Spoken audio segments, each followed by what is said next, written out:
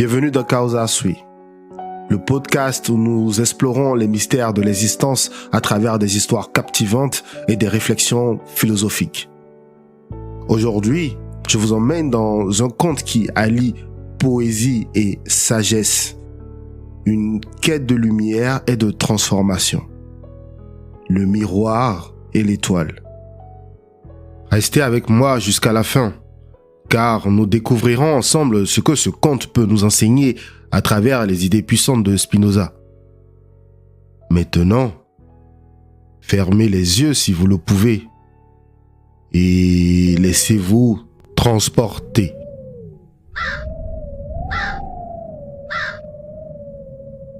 Dans un château oublié, perché au sommet d'une colline battue par les vents, vivait un miroir ancien.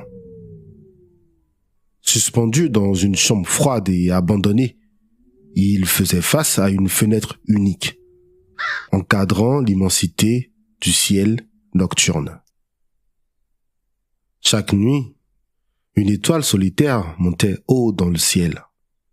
Son éclat perçait les ténèbres, brillant comme un phare dans l'obscurité insondable. Le miroir l'observait avec fascination. Si seulement je pouvais refléter cette lumière, pensait-il, je prouverais que je suis encore digne. Je ne serais plus un objet oublié, mais le témoin d'une beauté céleste. Mais lorsqu'il tentait de capturer les rayons de l'étoile, son reflet restait flou, obscurci par des couches de poussière accumulées au fil des ans. Déçu, il se mit à accuser l'étoile. « Pourquoi refuses-tu de m'accorder ta lumière? Est-ce parce que je ne suis pas assez beau? As-tu choisi d'illuminer d'autres et non moi? » Une brise légère s'engouffra par la fenêtre et murmura doucement. « Oh miroir, ce n'est pas l'étoile qui te refuse sa lumière. Elle brille pour tous, sans distinction. C'est toi qui es voilé par la poussière. Si tu veux refléter sa lumière, il te faut accepter d'être nettoyé. » Le miroir hésita. Il avait vécu si longtemps avec cette poussière qu'elle semblait être une partie de lui-même.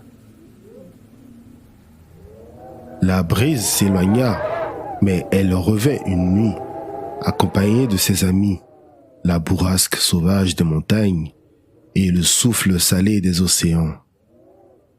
Ensemble, ils se rassemblèrent autour du château. Leurs voix graves et puissantes résonnèrent dans la chambre. « Miroir, laisse-nous t'aider. Nous soufflerons jusqu'à ce que la poussière disparaisse. Cela sera peut-être douloureux, mais c'est le seul moyen pour que tu retrouves ta clarté. » Les vents commencèrent à tourbillonner, rugissant à travers la pièce. Leur force souleva les voiles de poussière incrustées sur le miroir. Chaque rafale semblait arracher une part d'ombre, révélant peu à peu une surface plus pure. « Arrêtez !» s'écria le miroir. « Vous allez me briser avec votre force !»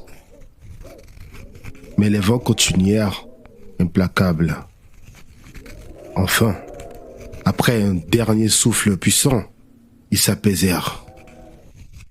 La poussière s'était dissipée, emportée au loin. Le miroir, épuisé mais transformé, observa sa surface. Elle était désormais limpide, presque parfaite. Cette nuit-là, lorsque l'étoile monta haut dans le ciel, ses rayons furent captés et réfléchis avec une pureté éblouissante. Et pour la première fois, le miroir comprit. Ce n'est pas l'étoile qui devait changer pour moi. Elle brillait déjà pour tous. C'est moi qui devais devenir capable de l'accueillir. Le vent, avant de disparaître, murmura doucement. Souviens-toi, miroir, ce n'est pas en changeant ce qui t'entoure que tu trouveras la lumière, mais en te transformant toi-même.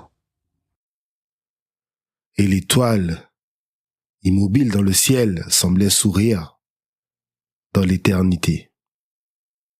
L'histoire du miroir et de l'étoile n'est pas qu'un simple conte. Elle contient une vérité profonde qui résonne avec la philosophie de Spinoza et notamment sa théorie des affects. Explorons ensemble ce que cela signifie. Spinoza nous enseigne que nos affects, ces émotions et désirs qui colorent nos vies, peuvent parfois voiler notre perception de la réalité. La poussière sur le miroir représente ces affects, nos jugements erronés, nos illusions et les blessures du passé qui nous empêchent de voir le monde tel qu'il est. Dans l'histoire, le miroir blâme l'étoile, tout comme nous avons tendance à chercher des causes extérieures à nos frustrations. Pourtant, comme l'explique Spinoza, ce n'est pas le monde extérieur qui est en faute, mais notre propre perception, obscurcie par nos affects.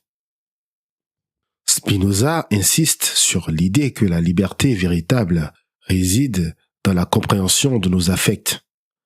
En comprenant leurs causes profondes, nous pouvons nous en libérer.